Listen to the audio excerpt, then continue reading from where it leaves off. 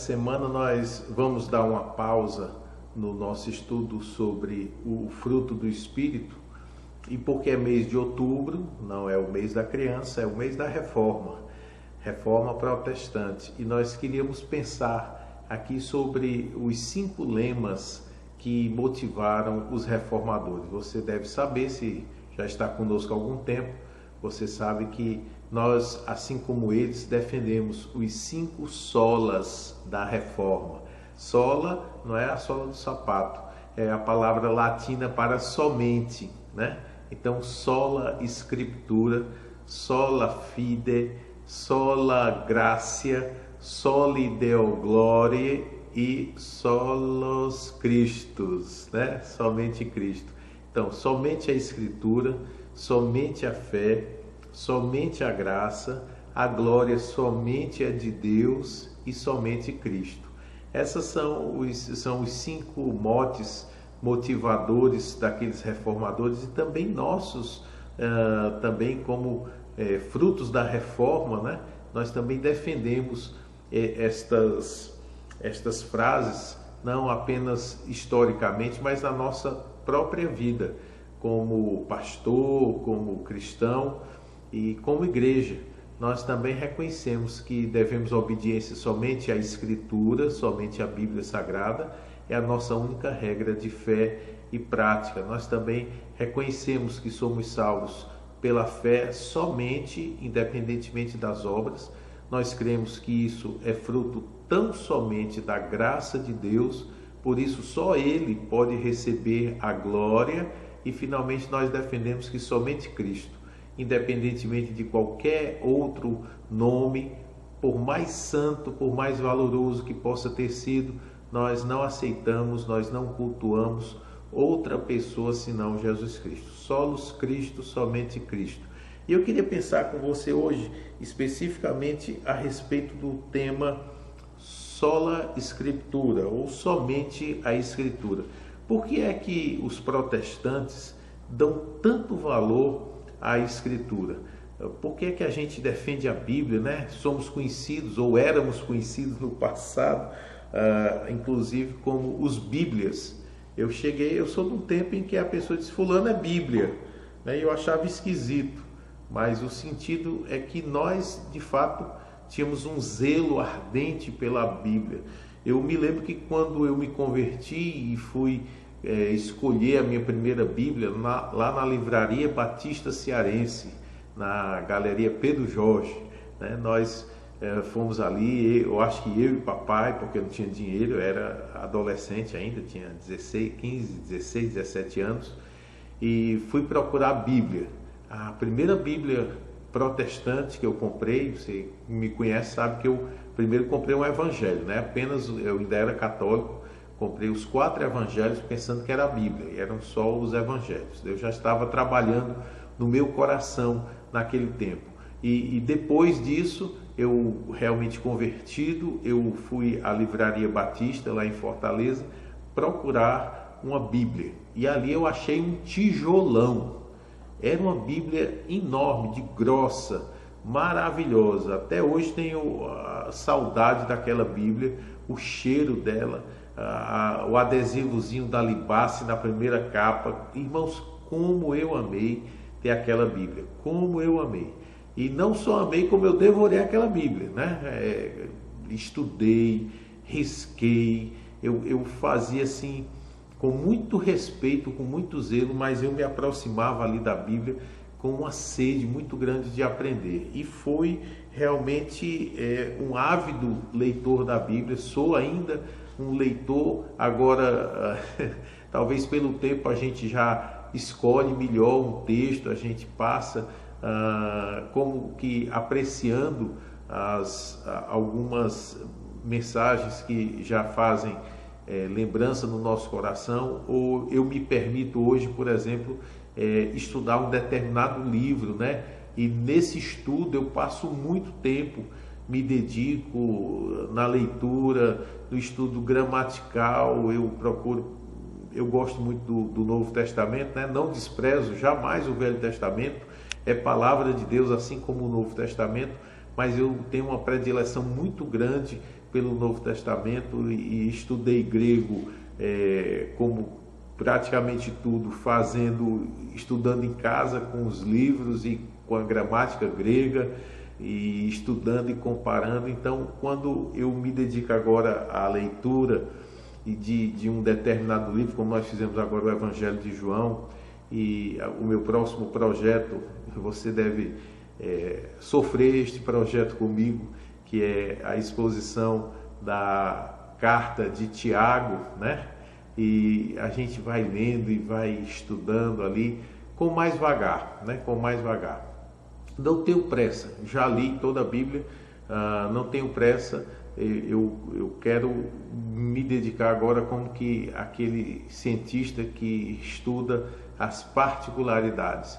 Eu já vi o big picture, a grande imagem, eu já tenho uma ideia geral da coisa e agora eu gosto de descer às minúcias, né? É uma coisa que eu faço. Mas o importante é que eu, como a nossa igreja, como a nossa confissão de fé, nós declaramos somente a Escritura, sola Escritura. Se há uma disputa entre um sentimento e o que a Bíblia diz, já está resolvido o problema.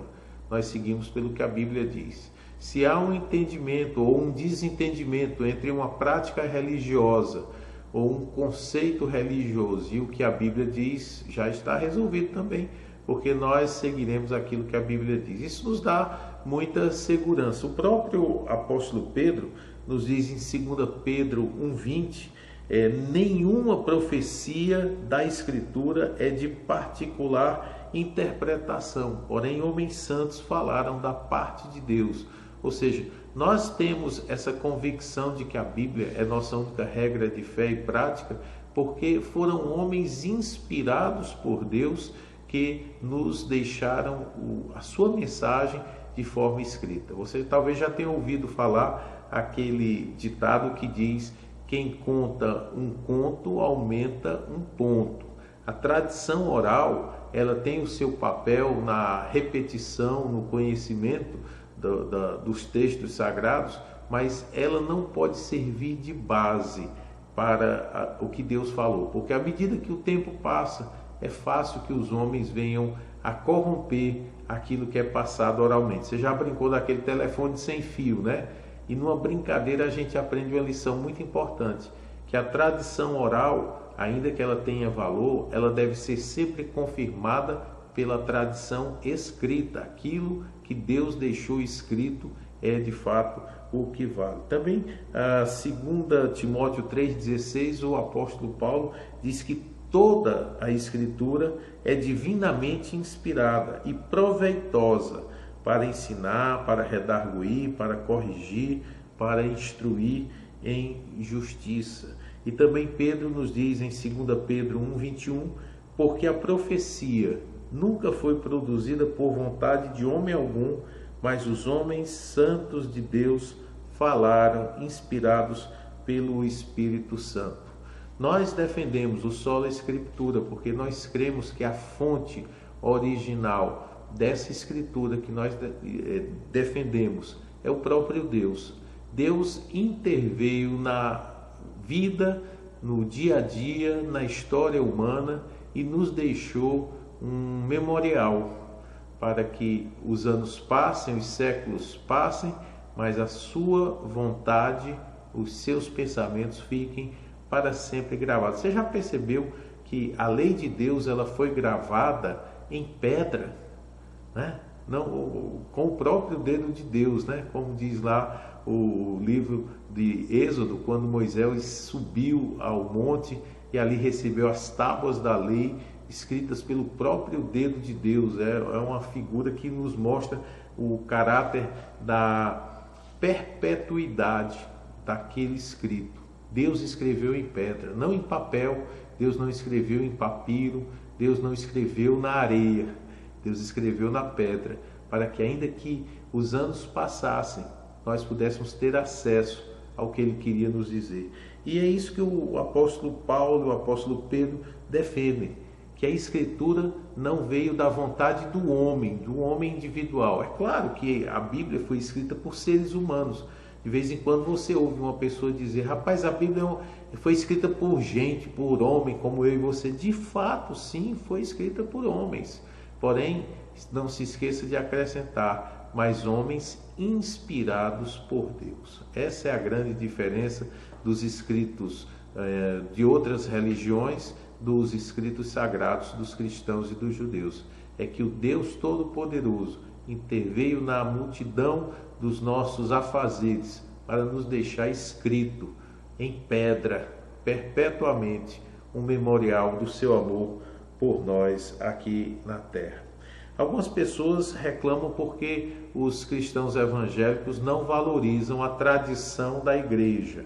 Você pode ter já ouvido isso, principalmente se você é de berço católico. Você sabe que na igreja católica eles não defendem o sola scriptura, eles defendem o sola ecclesia. Somente a igreja tem capacidade de interpretar a escritura. Em outras palavras, se a escritura diz uma coisa e a igreja católica apostólica romana interpreta de outra maneira, ou de uma maneira que não parece muito condizente com a escritura, o católico fica com a tradição da sua igreja, enquanto que os protestantes ficam com aquilo que a Bíblia diz. Eu vou dar um exemplo para você. Esse é um exemplo talvez muito fácil e você já deve ter percebido. Por exemplo, a Bíblia diz: não farás para ti imagem alguma de escultura. Não as adorarás, não te prostrarás a ela, né? Porque Deus é um Deus zeloso. Deus proíbe a feitura de imagens para o culto, para a adoração, para o serviço religioso. Contudo, alguém interpretando na Igreja Católica disse: olha, essas imagens aí eram os deuses pagãos. Isso não tem nada a ver com aquilo que nós fazemos aqui, que são representações de santos, de pessoas, de eventos, para que as pessoas mais simples, que não conseguem ler uma Bíblia, elas possam ser ensinadas por meio de uma figura, de uma ilustração. Até aí tudo bem. O grande problema é que você sabe onde isso vai dar.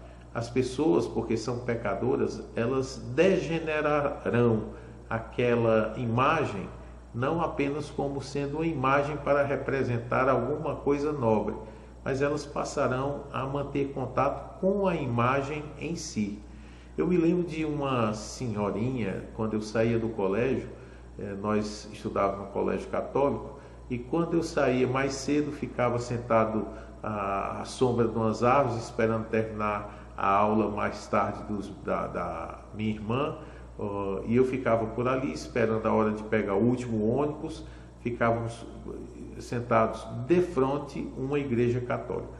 E eu me lembro muito bem de que muitas e muitas vezes eu via senhoras humildes, simples, elas se chegavam diante de uma imagem, eu não me lembro agora se era São Raimundo, talvez, eu não sei qual era o santo, e a pessoa se achegava ali, fazia o sinal da cruz, se ajoelhava e começava a conversar com a imagem. Eu me lembro de uma que colocava a mãozinha assim e falava e pedia alguma coisa, e eu acompanhava de longe, dizendo: meu Deus, essa mulher não percebe. Eu não era crente ainda, e eu ficava pensando: essa mulher não percebe que ela está falando com gesso, ela está falando com uma coisa inanimada. Lógico que ela estava falando com um ser inanimado, mas pensando, em tese, numa pessoa. Mas é exatamente isso que a Bíblia proíbe, é que nós falemos, que nós usemos imagens para o culto, para o serviço religioso. E a Bíblia é muito clara quanto a isso. Inclusive, os 10 mandamentos católicos, eles tiraram esse mandamento da Bíblia. Eles não colocam: não farás para ti imagem de escultura, porque é muito na cara, né? Então a Igreja Católica se achou no direito de editar o texto bíblico, de retirar do catecismo. Não tem, se você procurar aí, tiver um professor de catequese, que você possa perguntar para ele quais são os 10 mandamentos. Pelo menos no meu tempo era assim. Não tinha o não farás para ti imagem de escultura. Eles parece que saltaram esse, não falam domingo, né, do sábado, eles vão falar guardarás domingo e dia santo, né, alguma coisa assim. Eles fizeram uma edição do texto bíblico para justificar a aceitação de imagens no culto religioso deles, né? Isso nem sempre foi uma tradição cristã, não foi. Nos primeiros dias não existia isso. Sabe onde é que existia imagem? Nos cultos pagãos. Outra coisa que talvez você tenha percebido, a Bíblia diz que porque há um só Deus e um só mediador entre Deus e os homens, Jesus Cristo. Em Atos 4,12 está dito que em nenhum outro há salvação, porquanto debaixo dos céus nenhum outro nome há dado entre os homens, pelo qual importa que sejamos salvos. Claro, é o nome de Jesus. E no entanto, você vai encontrar pessoas querendo elevar Maria ao papel de corredentora. Eles dizem assim, veja como é o pensamento. Maria é mãe de Jesus. Se Maria não tivesse existido, Jesus também não teria existido.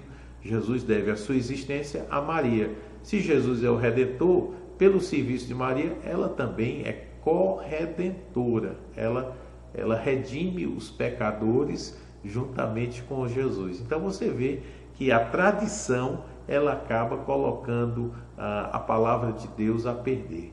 Nós defendemos somente a Escritura. A Escritura diz para nós estar resolvido, né? Claro, usando uma interpretação consistente com toda a Bíblia. Nós não pegamos textos separados. Até o pastor Sérgio fez uma brincadeirinha que a gente sempre diz, né? Não vai pegar um texto fora do contexto para fazer um pretexto, né? Não, existe um método para nós analisarmos o que a Bíblia está dizendo. E tem uma regra muito fácil: a Bíblia explica a própria Bíblia. Normalmente, um texto obscuro que a gente não entendeu bem, à medida que a gente vai lendo em outros textos, traz luz àquilo ali, né?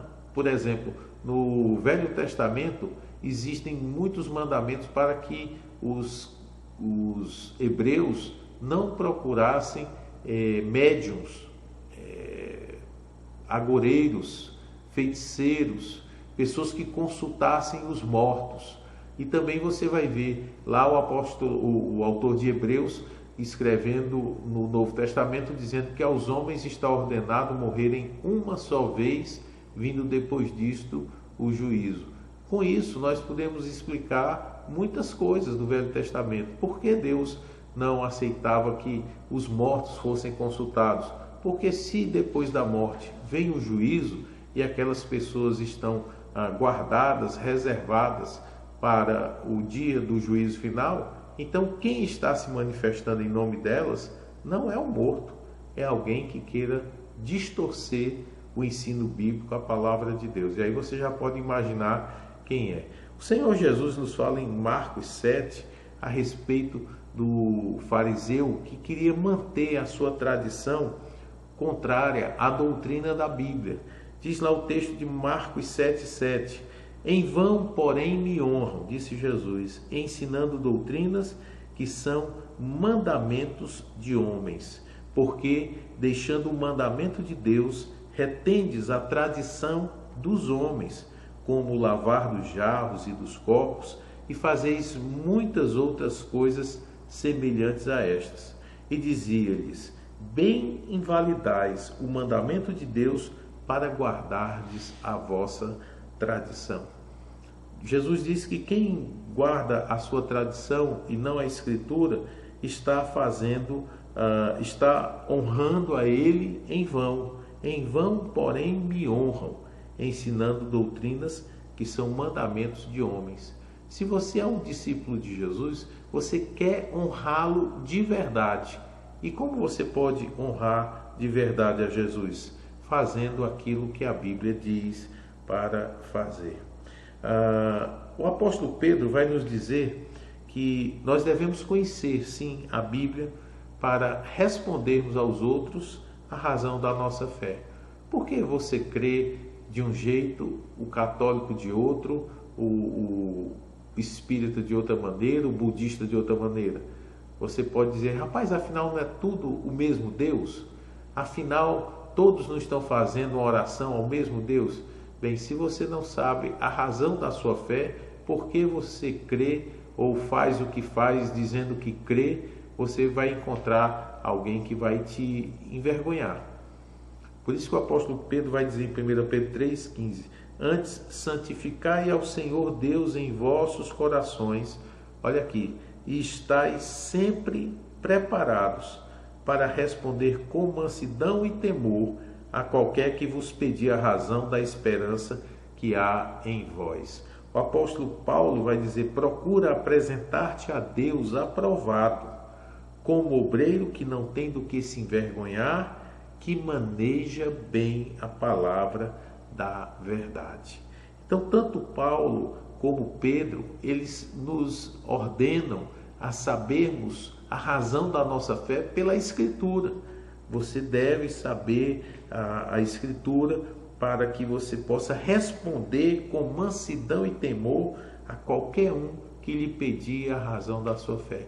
Por que é que você não acredita em reencarnação? Aí você pode dizer, porque a Bíblia diz que aos homens está ordenado morrerem uma só vez, vindo depois disso o juízo. Por que é que vocês não veneram Nossa Senhora? Porque a Bíblia diz que existe um só Deus e um só mediador entre Deus e os homens, e este é Jesus Cristo, o homem. Por que é que vocês não fazem isso? Por que é que vocês não têm missa para os mortos? A Bíblia diz que nós honramos de lábios, nós não honramos de coração, quando nós ensinamos criações humanas, doutrinas humanas e não a palavra de Deus. Se a Bíblia diz que aos homens está destinado morrerem uma vez e vindo depois disto o juízo, de que adianta você fazer uma missa para que essa pessoa possa fugir desse juízo? Como é que a nossa atitude aqui vai gerar uma absolvição dessa pessoa aonde ela estiver? Então, se você souber e puder responder com mansidão e temor, né, você vai estar ajudando aquela pessoa. Procure apresentar-se como alguém que maneja bem a palavra da verdade. É interessante que o apóstolo Paulo diz, a palavra da verdade. Uma vez uma pessoa me falou de uma situação em que ela quis assim valorizar o testemunho, né? Trazendo assim uma palavra que ela não sabia muito bem se era verdade, achava que era, mas não ia saber. Imediatamente quando a pessoa me falou isso, me deu assim aquele toque no coração. Eu disse, não, você não precisa enfeitar o testemunho, não. Fale a verdade, fale somente a verdade. Deixe o resultado com Deus. Deus não precisa da nossa ajuda para converter o coração de ninguém. Fale apenas o que a Bíblia diz. Você é um pecador que precisa se arrepender. Se você crê em Jesus Cristo, você terá o perdão dos seus pecados. Mas se você continuar resistindo ao Senhor Jesus, sobre você a ira de Deus permanecerá. E um dia você estará diante do Senhor, não como um pai, mas você estará diante de Deus como um juiz, e um juiz justo. Apenas diga a verdade. A Bíblia é a palavra da verdade. Jesus diz na sua oração, Pai, santifica-os na verdade. A tua palavra é a verdade. Por isso nós podemos confiar no que a Bíblia diz. A Bíblia, tudo que diz verdadeiramente. A Bíblia não fala sobre tudo, mas tudo que ela diz é verdade. Então, se você quiser entender como é que existem as galáxias, se você quiser entender como se formou uma minhoca, você não vai encontrar essa informação na Bíblia.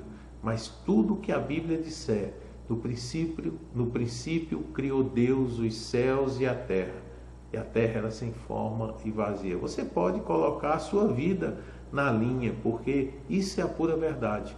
Deus é o Criador, você não precisa ter medo. O profeta Oséias diz uma coisa interessante, ele diz, o meu povo foi destruído porque lhe faltou o conhecimento. Porque tu rejeitaste o conhecimento, também eu te rejeitarei, para que não sejas sacerdote diante de mim. E visto que esqueceste da lei do teu Deus, também eu me esquecerei dos teus filhos. Veja que essa é uma profecia muito dura. O Senhor diz que o seu povo estava sendo destruído porque ele não conhecia a sua lei. Era um povo que desprezava as escrituras sagradas. E aí o Senhor faz assim um jogo de palavras que nos assusta, né? Ele diz: porque tu rejeitaste o conhecimento, também eu te rejeitarei.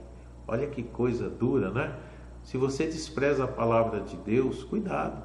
Deus vai desprezar você, mas vai desprezar como? Vai deixar que o seu mal lhe alcance. Você vai fazer negócios mal feitos. Você vai se associar com pessoas ruins. Você vai tomar decisões e vai fazer escolhas péssimas para a sua vida.